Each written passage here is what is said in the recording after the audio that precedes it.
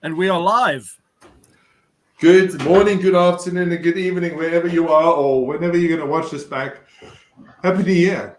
Welcome to 2024. My name is Francis West. I'm the CEO of Security Everywhere, and we run a cybersecurity company. And every month, we invite specialists in the sector or different topics around cybersecurity. And today's one is specifically of huge interest to me. Why? Because I've got children. Luckily, two of them are older now, but I've got one that's still at school, and I'm quite a strict parent. I don't know about you, but yesterday alone, I was presenting with, thanks to Very, who's here today from Bedfordshire Police, on an all-day team, and we presented in front of 80 policemen, and there were lots covered around today's topic. And I so wish the gentleman that was there was able to join us, but hopefully next time he'll be able to join us. But I want to start, but actually before I start playing my first video, I just wanted to say a massive thank you to Mac, who organizes these sessions. And if you need help with these kind of sessions for your own business, please use Mac. And Simon, who heads up the London Cyber Resilience Centre, does amazing work in protecting a lot of businesses in London and other counties. Very, which I've already mentioned. Louise Richardson, she runs an amazing charity called AppSafe up in Scotland, and what this lady doesn't know about child safety online, you don't want to know. And so thank you for driving 5 hours back, Louise, to come and join us today. And Theo has just joined us here at Security Everywhere, heads up our consultancy team. And of course, Ben, you know, is my right-hand man that does a lot of work on protecting customers worldwide now, and especially also, you know, some of my clients' children. And of course, last but not least, Martin Rees, who is a 5 times Guinness World Record holder for magic tricks. And he always does a 10-minute slot for us in the middle. So watch out for his session. So thank you very much for everybody for making your time available to help other people. So I'd like to start by playing a little video, because this video was shared to me last time I met Very. And I tell you what, this just sums it up for me in one as to what we're going to talk about today. So I've never done one of these before. So let me see how I do it. Will it include the sound as well? It should do. Just Mac? hit the present. You should hit the present button. So and, do I need to do video, yeah? Yeah. Okay, just do a thumbs up if you can hear sound. So you can see the screen, correct? So now I'm going to play the sound button.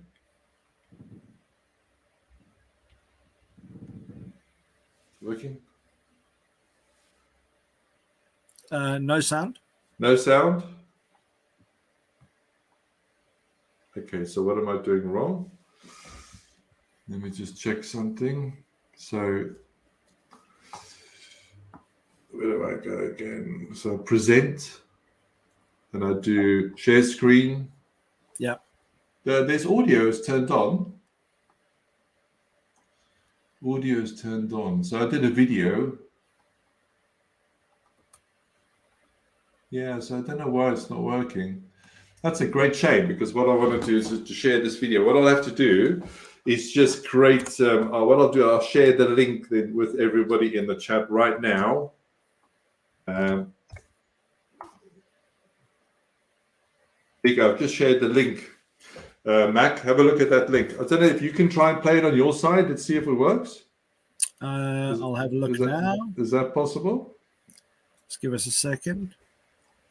Yeah, it says your browser blocked the screen icon. So maybe the problem's on my side.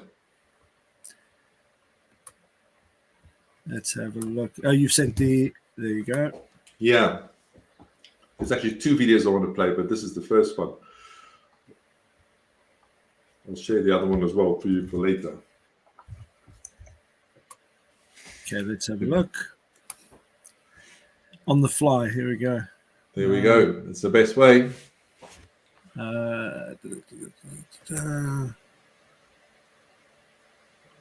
Let's see if yours is working. If not, then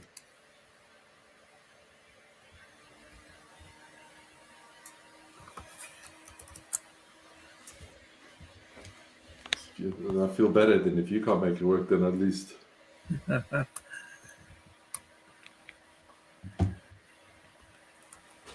We're all in suspense now. Here we go.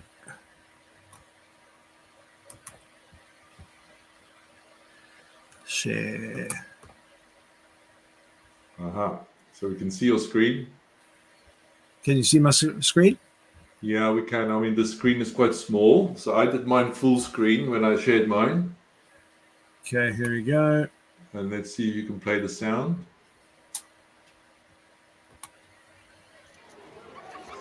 Yeah, brilliant. Yours is working. Just buffering a bit. This is why this stuff is live.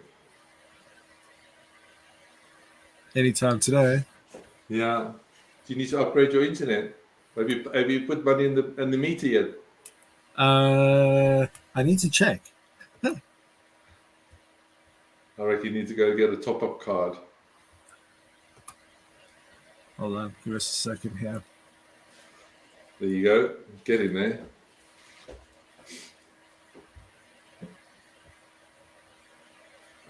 This is very odd because I have good speed on my side. Yeah, I don't know if it's a bit. Maybe it's a video that's a bit because we found the video on YouTube, the one I want to share. I mean, otherwise, worst case, we need to continue. We'll just share the link with the audience. But I really, really, really wanted to show it to everybody because it. Yeah. No, okay, leave it. Let's leave it. Let's move on. Because I think it's just buffering, isn't it? Yeah. Yeah, not to worry. Okay, I'll tell you what, Barry, I'm going to put you on the spot if you don't mind. Tell us about the video. What happened in the video? Yeah, so good afternoon. Yes, it's afternoon. Well, at least in the UK, depending where you are. Good morning, good evening. So the video is a creation by the Dutch Telecom of a girl called Ella, and her parents share stuff about her online on the internet and as a memory. And then they take a video from Ella and some photos, and then they can create a grown-up version of Ella. And then they play it at the cinema on a film part, and then so they could be aware. And then basically it's Ella saying about the dangers of having her image shared online, so it can turn into memes. For example, I'm sure a lot of you might have come across a lot of memes who are pictures of kids, or sometimes there's like a dog one, and there's just always like a really like weird looking face kind of thing.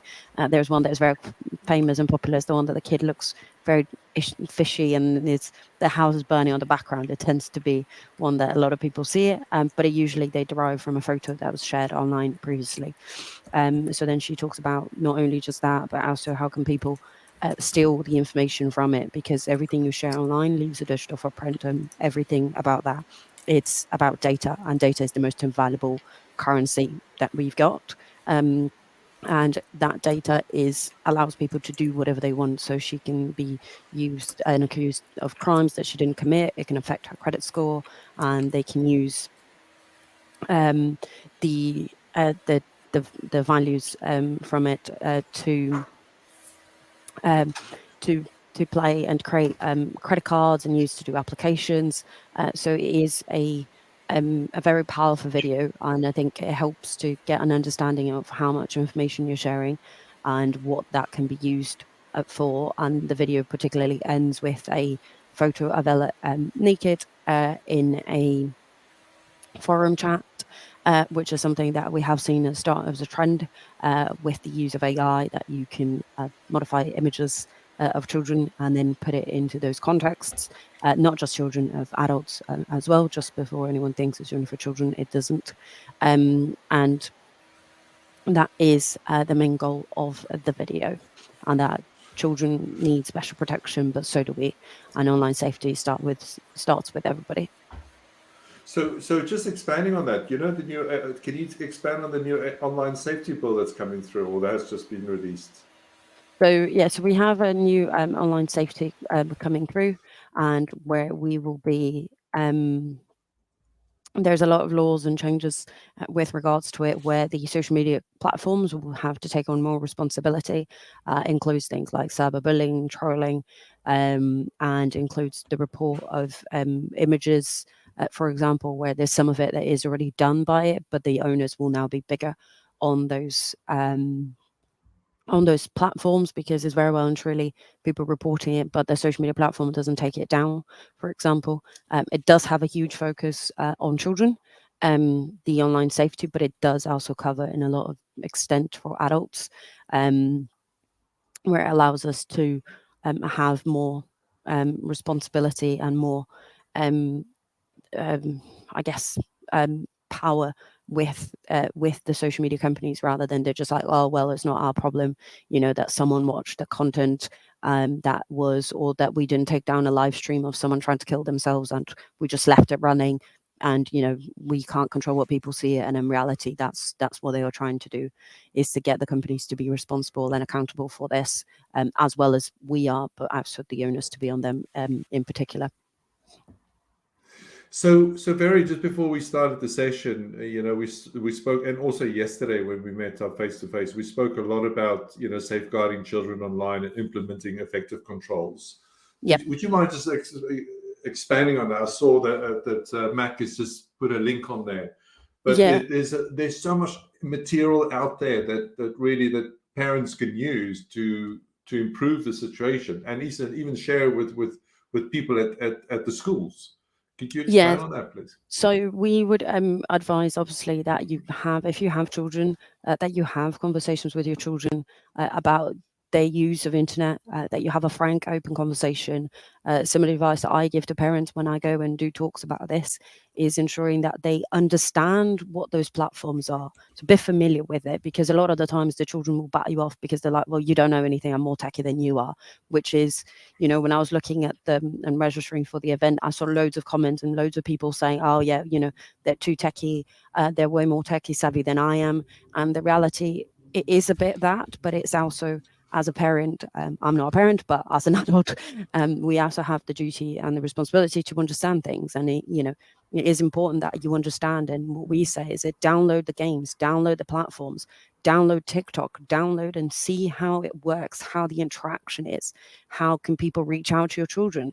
Can you find your child online, and have that conversation? Because I think there is a lot of myth and expectations that we can do everything, and it's like we can protect them as much as we can, but mostly it's a lot about having frank conversations and being able to, if you need to go and check their devices, go and check. But if you have an open conversation, then there is less of issues to it. But there is also a website that we highly recommend for parents called Internet Matters, and if you are based in the UK, or not just in the UK, but particularly if you're based in the UK, there's a lot of guidance on how to set up parental control in a lot of social media platforms. So it's got things like TikTok, Facebook, Instagram, Snapchat, Twitter, you name it, anywhere that people have it. It's got parental controls on how to set it. It's got step-by-step guidance. If you are in the UK, it's got advice on how you can contact your internet provider, for example, and they can assist you to set up those parental controls and things in a manner that your child can't bypass it, which is also important. So, for example, the restrictions of websites, the content, the restrictions of word searches, for example, and those things are very important, so we can limit that curiosity, but also that, that never-ending content that they allow to see it and search, and obviously understand how algorithms work and how they suggest things for you based on your behaviors. So we highly recommend using the Internet Matters. Is definitely something that we talk about it, because as well and truly we go to schools and present and talk to schools about this, and the schools does all the work, but in reality, when I was growing up, when I got home was my safest place. Was now isn't quite the case. When you get your kids who are 10, 11, 12, 13, 14, 15, they get home, and whatever they post, they'll still be there, but they'll still be on their phones, and they'll still be up until 3 a.m. if you let them. Yeah. Are you? I know you don't have children yet. Are you concerned about having children? Yeah. Knowing what you know. Yeah. And working Definitely. in the police. Definitely. I want to put them in a cave and hide them until they're like 25. Well, that's how I feel after yesterday. But also, I don't really think I can trust anything. No, and also, what age do you think when you start having children would you start educating them around the subject? from as little as you can. The moment you give a device to a child, you have to have some of the responsibility on you. So let's say, they're watching that YouTube game. So they're watching, I don't know, Bluey, that kind of thing when they're very, very little. And because you want some parenting time so you can do some stuff. We're not judging anyone using devices, God, by all means. But it's about ensuring that your settings on your YouTube and your parts of the internet then doesn't allow it to go further. And then it doesn't allow it to keep going and suggesting random things because you as a parent searched something entirely different and now it's bringing up to this child and this child doesn't understand it. We'll just press play because they don't know any better. And then as they get older, when they're about 6, 7, and they got a lot more understanding, and start talking about them and start saying to them, look, do you understand that you may be talking to someone that you may not know? That someone might approach you. What would you do if that was the case? And raise that awareness from the very beginning. It's a lot harder to come to them when they are 15, 16. They're a lot harder to listen to us. But when they're younger is probably the time. And the more you try to prohibit them from doing it, the more they want to do it.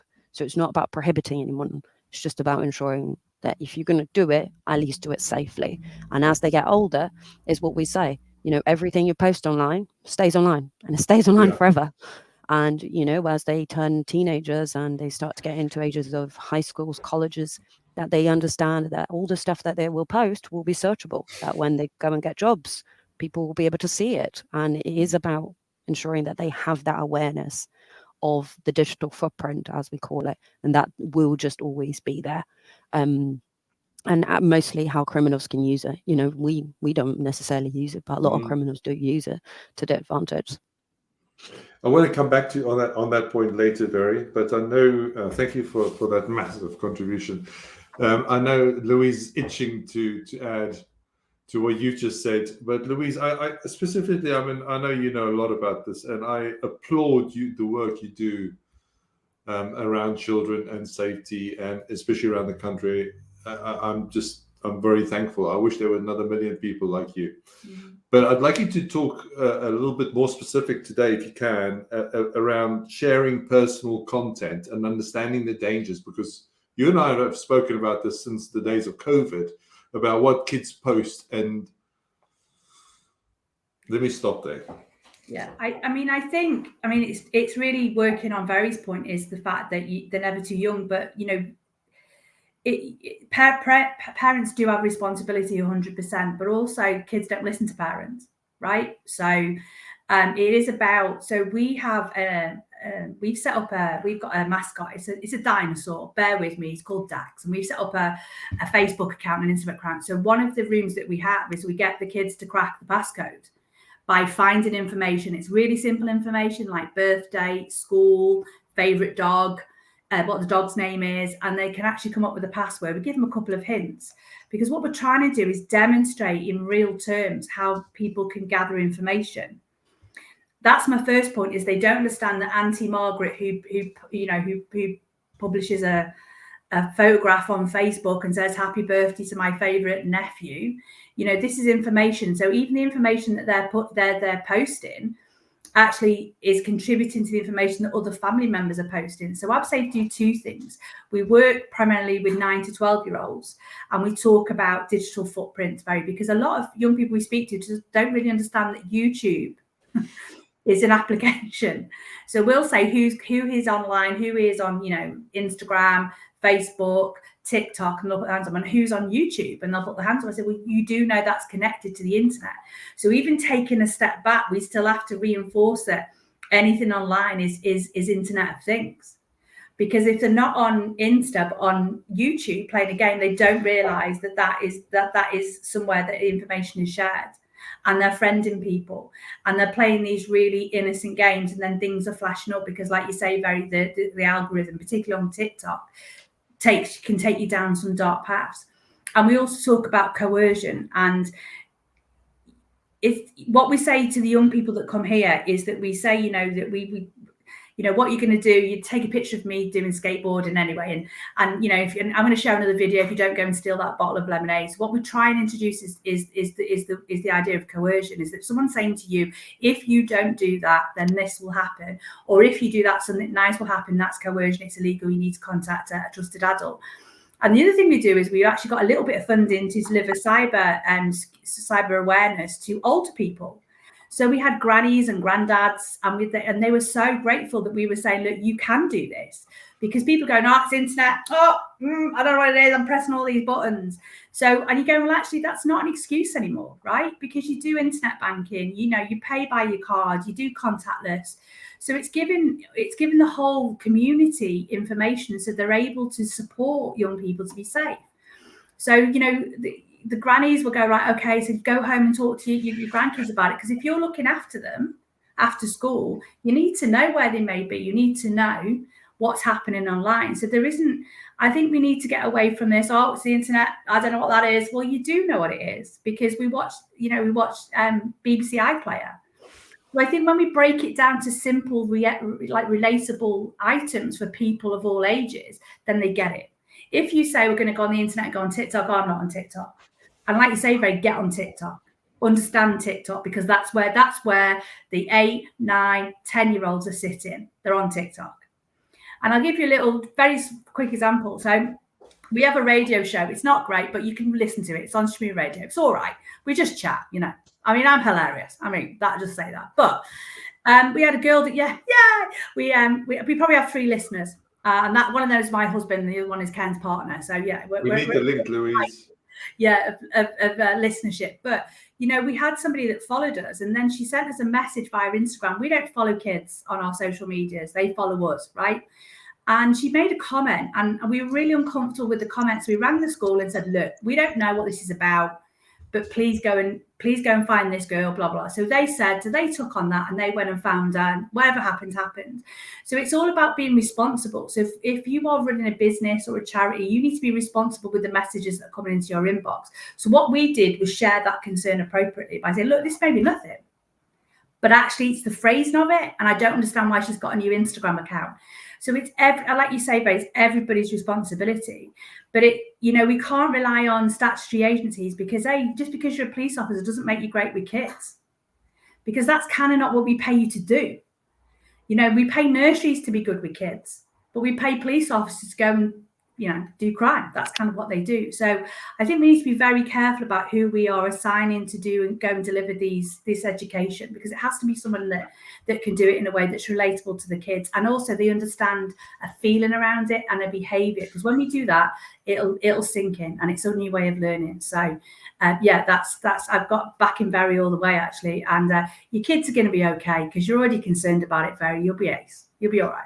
I don't have to hide them in a cave, yeah? She'll make a top mother.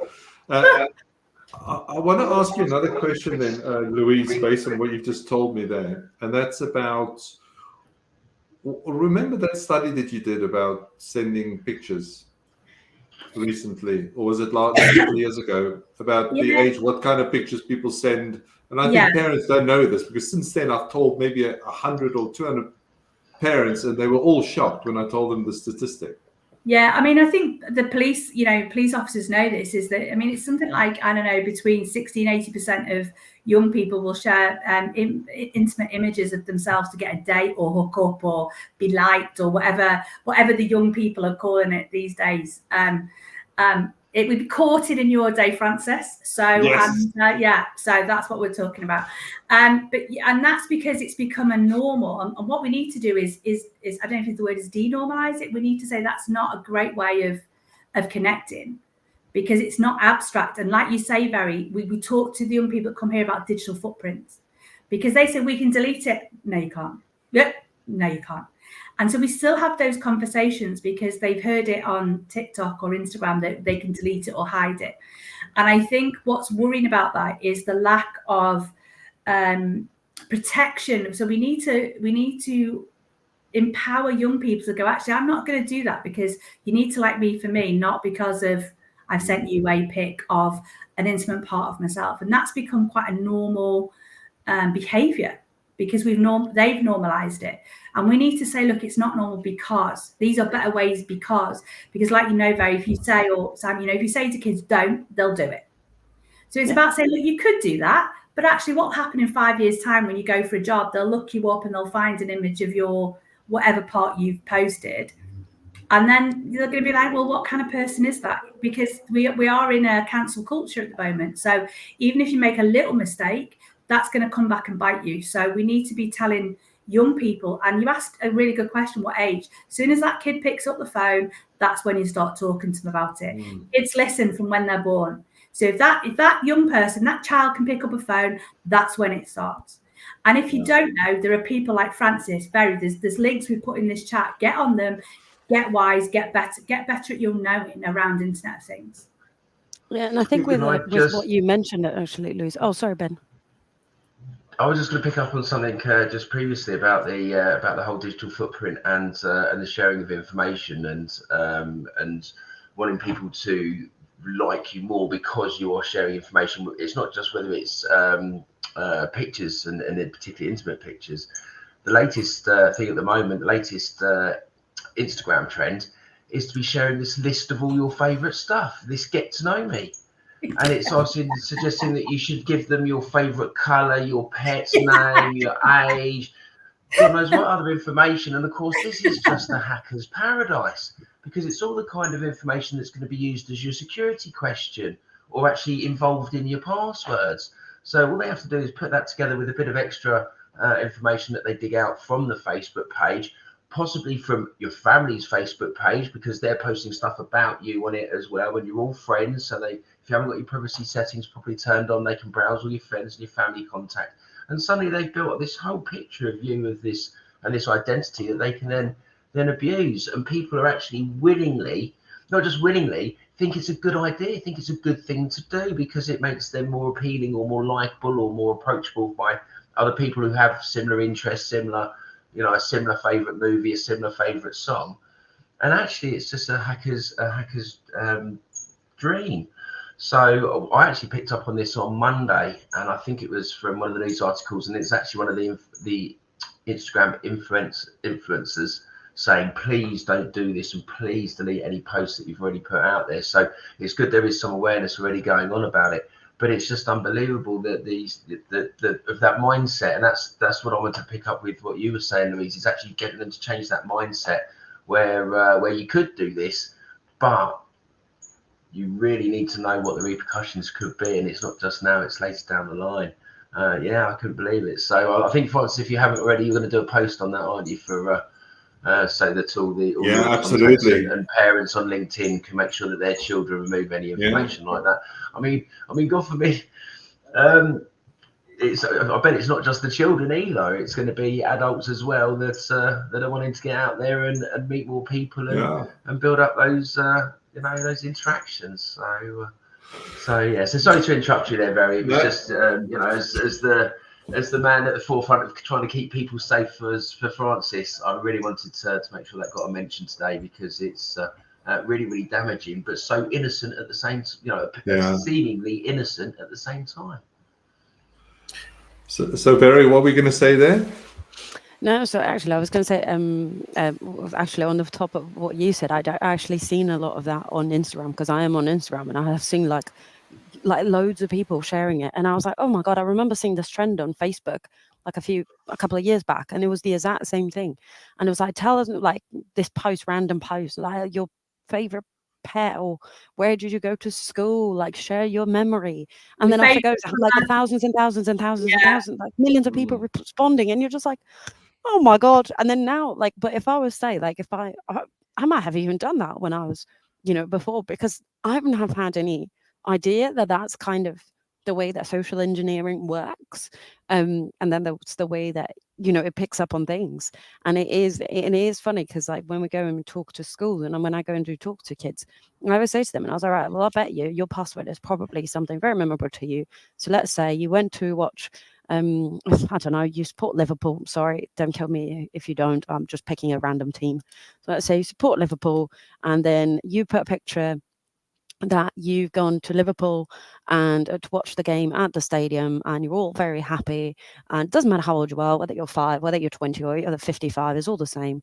And it says, and then your numbers followed by it is probably your birthday, of which you posted my birthday treat, going to Liverpool Stadium to watch the match, and then off it goes, and off you gave half of the information away. And I think it's just that understanding of it. And I mean, I'm not going to sit here and pretend I never done that. I probably did, because there's no point being a hypocrite. Before I joined this job, I definitely done a lot of these things, and I'm like, oh dear, and I was like, wow, join the job, change all the settings of everything, and concerns about everything. But it is very much about that awareness, but also on the topic that Louise mentioned with normalizing things and denormalizing it, as you would call it. It is true. And I think obviously not only for kids, the sharing in pictures is very seen as a normal thing, but it's also seen as a normal thing in the adult world.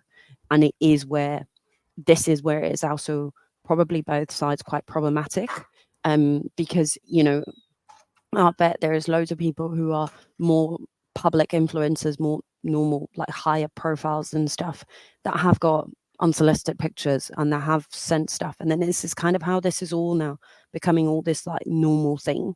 And then it's just, and then if someone then approaches a child, it's kind of like, well, why is it different to me than it was to my parents? Like, oh, I opened my mum's Instagram account by accident because it was on the iPad, and there was a picture of a body part, and you're just like, great, brilliant, well, it means it's all right then, doesn't it? And I think that's where it's all gone a bit, I don't know, I find it's gone a bit blurred. Yeah, I think that's a good summary. Blurred. Very. Let me pass over to Simon. Simon, we spoke earlier before we started today about chat rooms, identifying and also how to potentially mitigate the risk. And thanks to the links that you've already shared, I saw one you did just now, reportharmfulcontent.com/report/. I think that's a brilliant site. I've never seen that one before. But, you work a lot with businesses, but how do you involve business owners to think about their kids, especially around chat rooms? Yeah, thanks, Francis, and Happy New Year to everyone. I guess I'm wearing a slightly different hat today because, as well as being the CEO of the Cyber Resilience Centre for London, I'm also chair of governors for 2 schools in Cambridgeshire, where I live, one a secondary school and one a primary school. And within that, also the governor with what we call link responsibility for online safety. So it's something that's very personal to me. And I'm also a dad of 2 girls, one who's a teenager, one who's not far off being a teenager. So like Francis, very nervous about some of the risks that our children are exposed to online. You mentioned there about chat rooms, and this is a really, really big minefield. We see chat rooms being used by lots of the social media sites, particularly gaming sites as well now, where people who play these games are able to share codes, tips, hints, etc. But of course, that means they're also open to people to abuse what those sites were set up for. And obviously, we've seen a large number of sexual predators use these types of chat room facilities to groom children or to get them to share inappropriate images online and elsewhere. So, they are a particular worrying thing. You mentioned the point about sort of how do we educate people, and I think there's a fine line here. On the one hand, you want to make people aware of what the risks are and the dangers that are online, and there are some really horrendous stories that I think we've already sort of mentioned already to some extent that are happening online. But it's about education and awareness, and it's about making people realize that there are some really great resources available, which we've shared already. Internet Matters, I think, as mentioned, which is a brilliant website. And there's all those tools that are there to help educate not just children, but also families. And that's really important.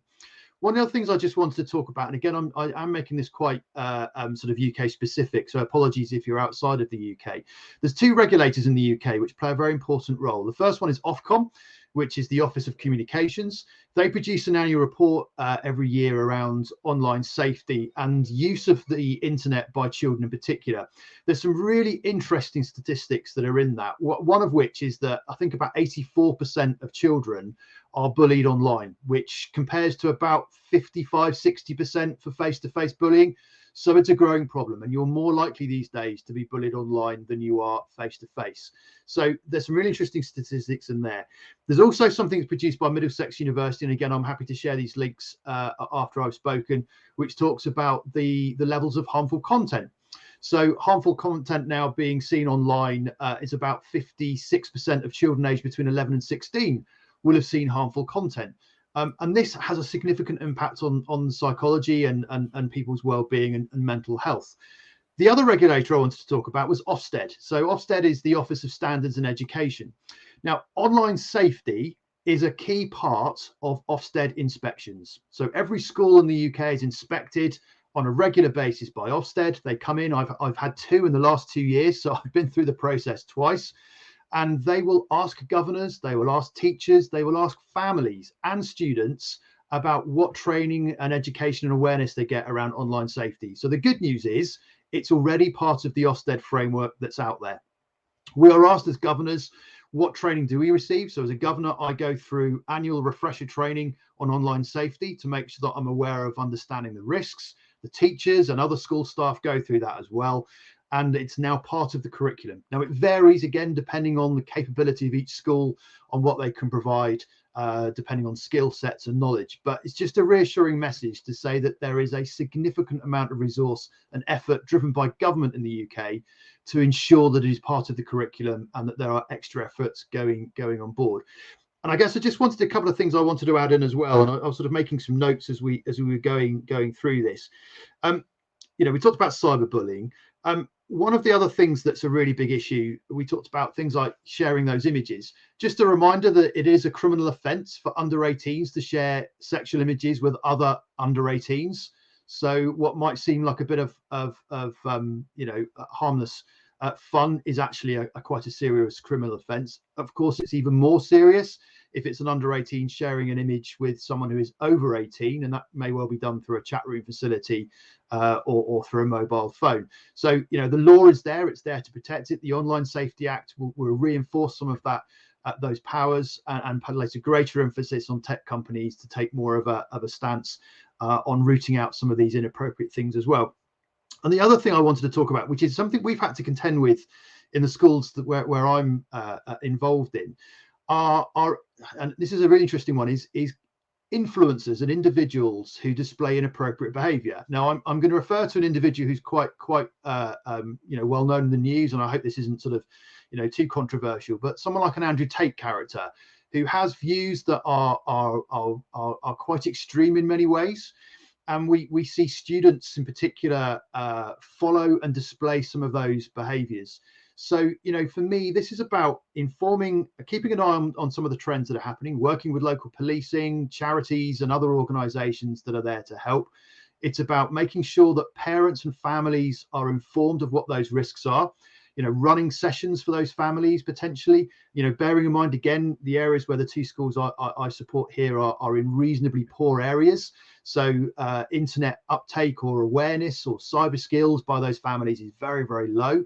So it's trying to educate those people on some of those risks, but also just creating that environment. And I think Very talked about some of the questions and how you phrase those things with children. Open questions, getting to understand a bit more about, not sort of saying, what are you doing on the internet, but what sort of apps do you and your friends use? What sort of things do you watch when you're online? That open conversation and just getting to know the profile that your children are using. And I think someone's already mentioned it. One of the other things we suggest is actually go online and create a profile yourself. Get to know how the site works. Get to know the features. Understand what the controls are. And the more confident you are around that, the more confident you can be in your children as well. But it's a minefield out there. But I think we have to recognise that we can't escape technology. We use it every day. Schools are using it increasingly, particularly since COVID, and it's right that we have access to it. But we should encourage people to use technology, but to be understanding of where those risks are and hopefully to use it in the right way.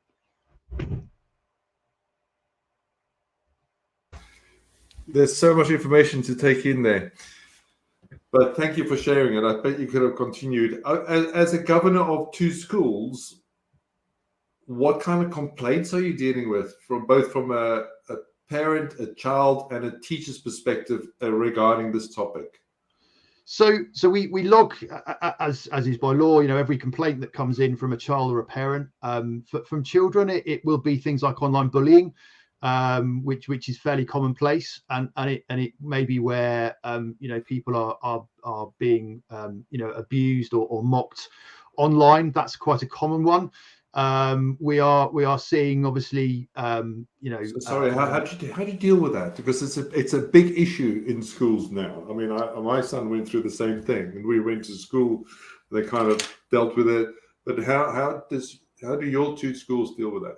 Well, the good news is every school will have a safeguarding team. These are highly trained individuals. They are specialists in knowing how to deal with this type of incident.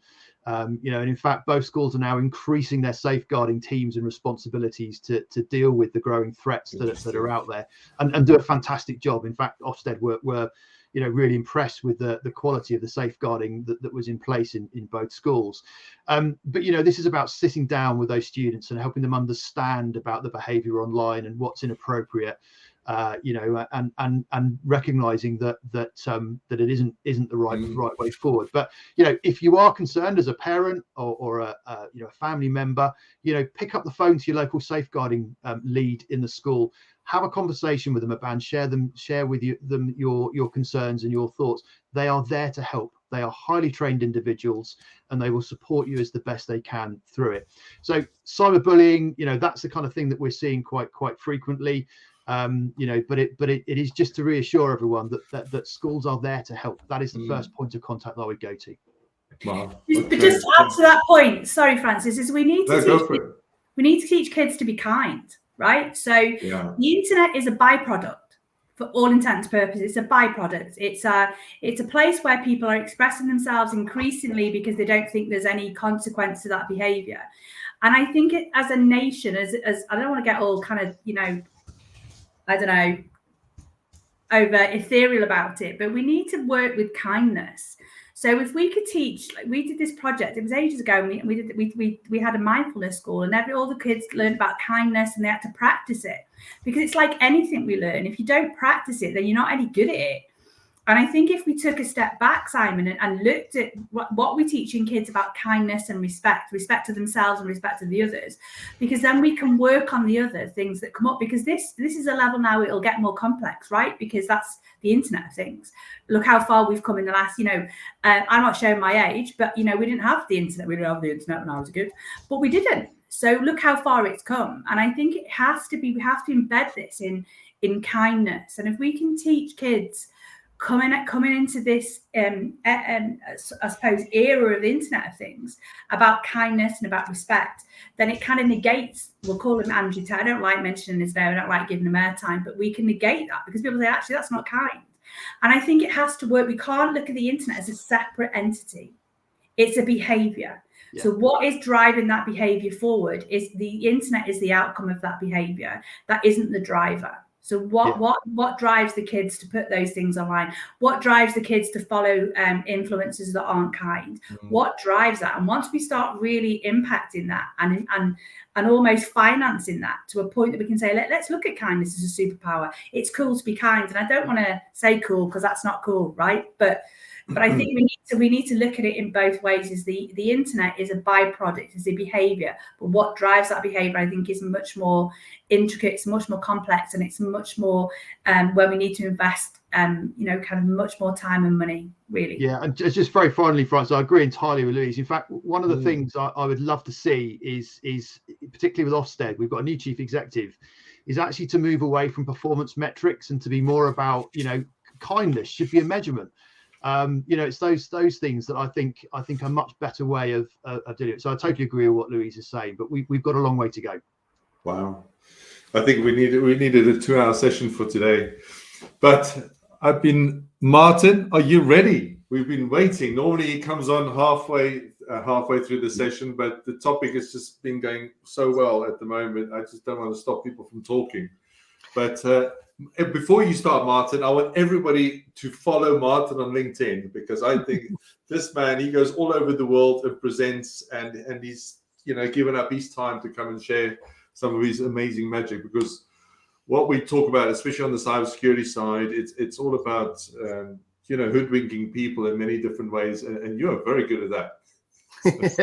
Thank you, Francis, and happy New Year, one and all. And yes, indeed. In fairness, actually, today is actually something that's a bit more close to home for me, and I'm going to do a quick trick in a bit, just to bring up the kind of the energy levels a bit. But at the same time, this is something that's very, very kind of close to my heart, because I am a millennial. I was born in '88, and I very much was at the birth of internet, and part of the first wave of kind of online chat rooms, really, MSN Messenger, and back in the days of early chat rooms. And I was actually a victim myself. My teacher at school, my music teacher, pretended to be a girl online and groomed me for a couple of years while I was at school, and it got to the stage where he ended up being arrested, and I actually had to go to court against him, and it was actually due to my evidence and another kid's evidence that he actually went to jail.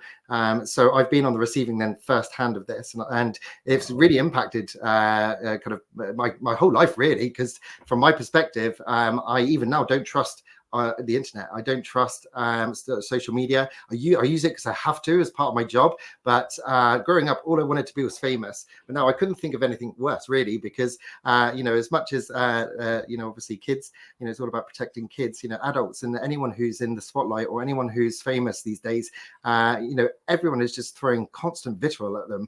And as you said, Louise, as well, the biggest thing above everything else is just teaching kindness, really, because the problem is when you're online, you could be anyone. You can set up an account in any name. You're faceless. And so, and unfortunately, even in the adult world, let alone in the kid world, at schools, and with bullying between kind of peers and stuff, in the magic community more than anything. I'm not going to lie to you, I'm a magician myself, but most magicians are horrendous in the way that they treat each other and speak to each other on the Facebook forums, and even now, like it's a major issue in the community, and it just comes down to people feeling like because it's online, and sadly in a lot of cases people don't actually do it with any malicious intent. They're just doing it as a bit of a laugh for themselves, as a bit of a joke, and they don't realize the impact that their words have on that person. Even though they class it as banter and they're just bantering, they don't realize the impact that it actually has on a psychological level.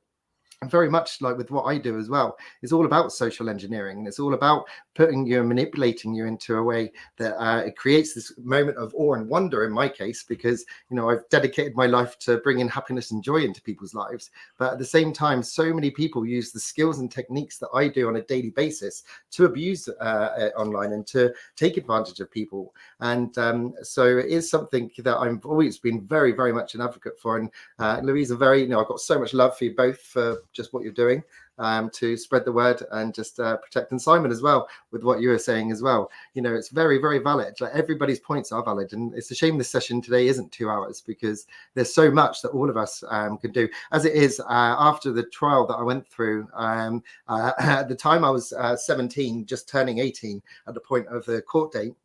And I didn't. My parents didn't know anything about it. They didn't know anything that I'd been through. I'd kept it hidden from them, and they were completely naive. The first that they actually heard of anything, any of my involvement with it, was because when it came to the court date, I just turned 18, and the newspaper put my name in print as being there, even though I'd requested them not to. And as you were saying, that's it now. That has always been in the public domain, and is something that can come up online. I mean, thankfully, I've now buried it in amongst all the things I've done since with the record. But even so, anyone who wants to look for it could find it, and it's always going to be there. And that was with me not wanting to, and that's how my parents found out that I'd been involved in this whole thing.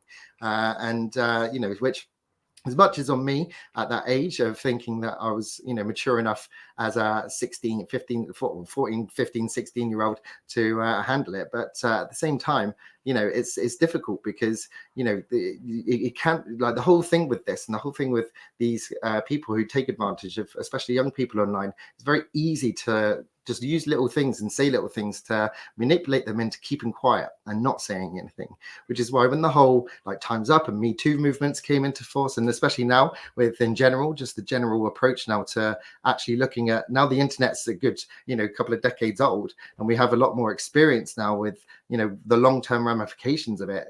Thankfully, these conversations are exactly what we need. So so I just wanted to kind of share that from my side, and just from a personal perspective. just how much, it's still, even now, it still impacts me. It still impacts my approach to what I do and how I operate online, and what I share online as well. Sorry, can I ask a personal question, Martin? Yeah, of course. Because I think this is so pertinent as to, parents with children. Why didn't you tell your parents about it? That's a good question, actually. I think more so embarrassment more than anything at the time.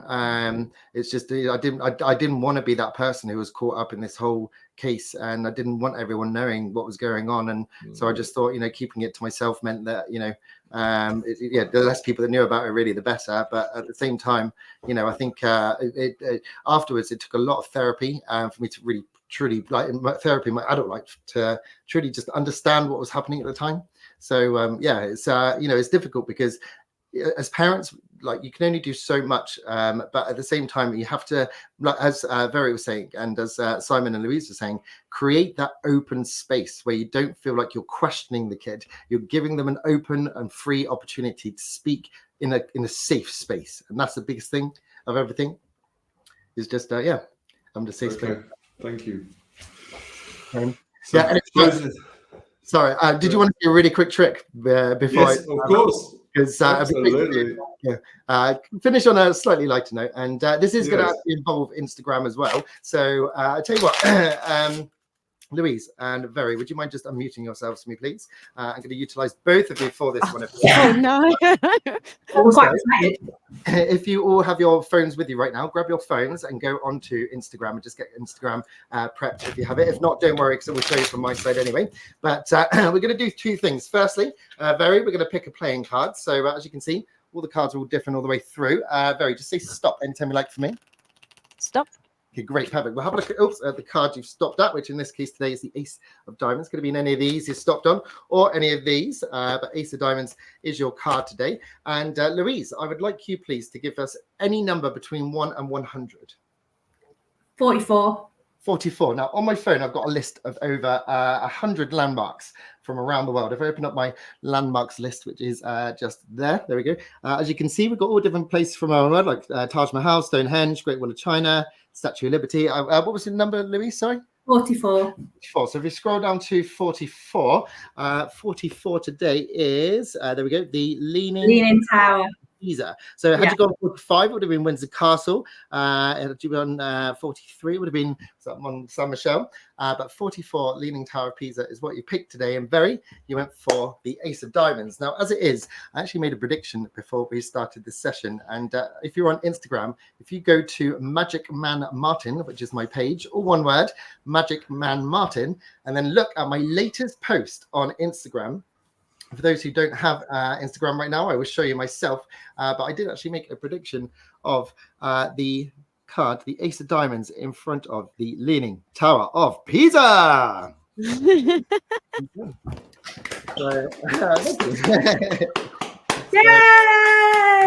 Very good. Thank you. Amazing.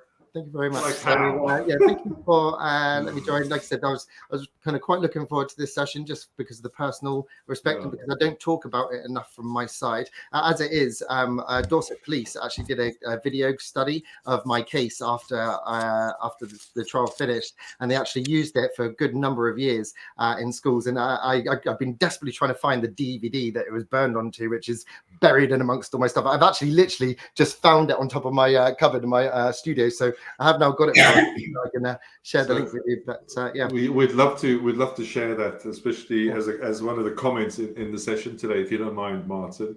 Yeah, of course. But thank you for sharing your story. It takes a lot to talk in a public environment about this, and I don't want to bring the mood down. However, poor Theo has been sitting there so patiently all this time, and of course the time has just run away as usual. We've got 6 minutes left, and I wanted Theo to talk about a recent case study about when he went to one of our new clients to do a cybersecurity audit, and of course what he found from a kid's perspective, and talking more about their behaviors and how that impacts the parents from a security perspective. Does that make sense, Theo? Yeah, it makes sense to me. Hopefully it will make sense to everyone else. Thanks, Francis. Happy New Year to everyone. It's good to be on the call. While we don't really know what our kids are exposed to if we don't take the time to understand what they're doing. Okay, so we're talking about this today. I've been struggling with it since the early 2000s. So I've got two daughters, aged 24 and 26, and the stuff that we're talking about today isn't new. And the stuff that I still find, which is what I found 10, 15 years ago, is that parents allow their kids a whole lot of freedom. And that freedom includes whatever they want to do online. So if it's online gaming, they would use platforms like Discord or something similar to engage with friends or other people in their communities. And in this recent case where I went and attended a site visit for a client to perform a cyber assessment, I found that the young son was an avid gamer, 13 years old.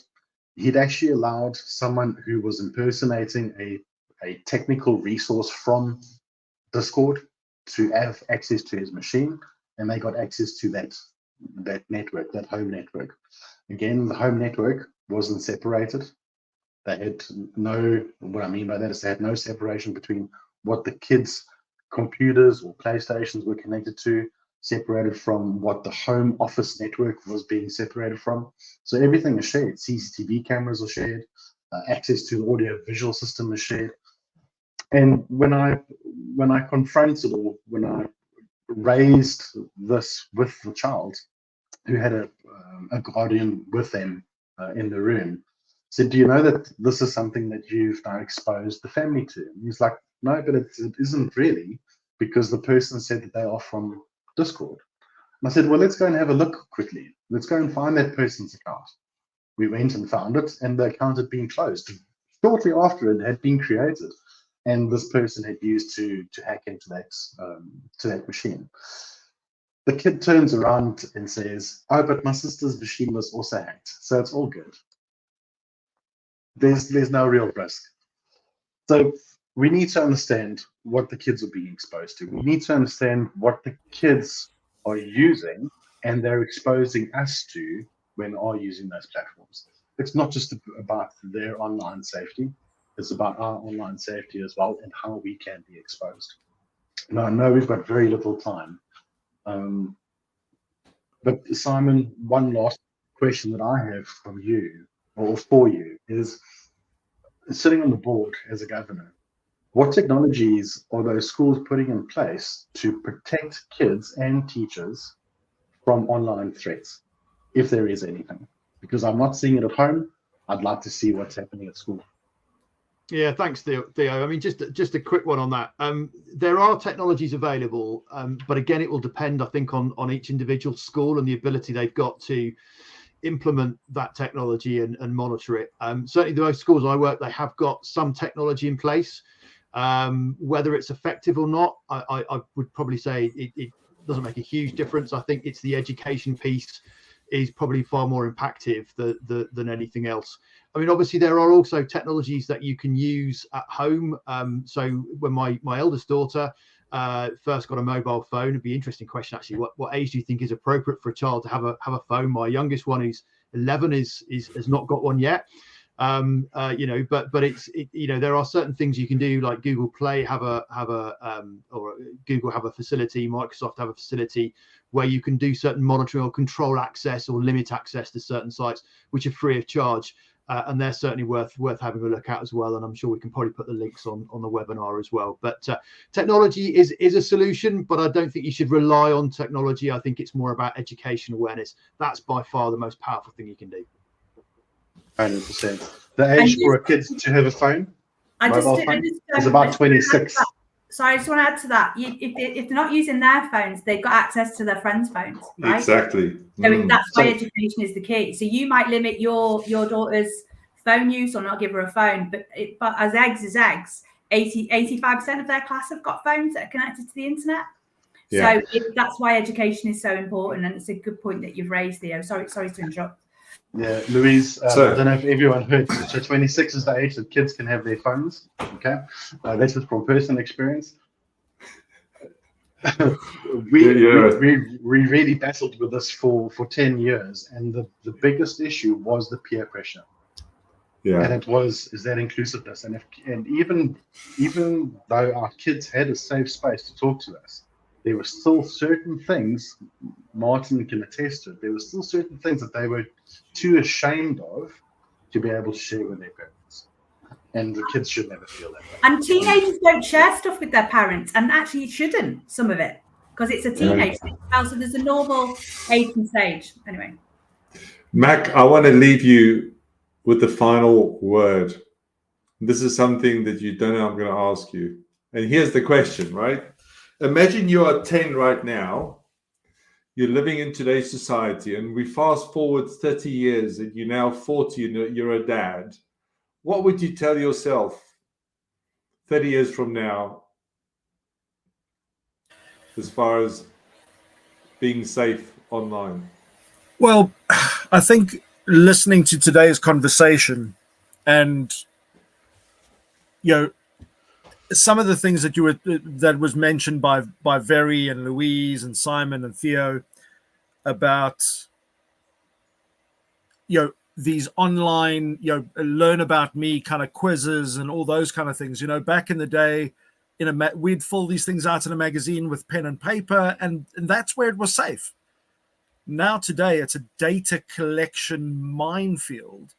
And I'm just thinking of how many times my kids have sat there on their phone with me asking questions about, what's your favorite color? Where were you born? All these kind of things. And you're sitting there thinking, oh, this is cute, having this interesting conversation. And it's just bizarre how you're actually giving all this information away, and you don't realize your children could be sitting there mining information and risking your own safety as well as theirs. So for me is education. Don't just fill things in willy-nilly thinking that, I'm going to learn my new animal name, or I'm going to learn my new alien name by answering these questions. Just absolutely frightening what we put ourselves at risk to. So I think those are my thoughts there, Francis. Okay, well, I think those are good thoughts, Mac. I think it's down to education. And just to wrap up, I've made a lot of notes here, but the top ones that jumped out to me is teach our kids to be kind, create your own profile, and speak to the local safeguarding teams at the schools. I mean, I didn't know this existed. I'd like to say a massive thank you to everybody here today for number one, giving your time, for two, for sharing your knowledge, and three, for caring. I wish you all a lovely day, and I look forward to seeing you next month, same time. Take care. Bye-bye. Bye.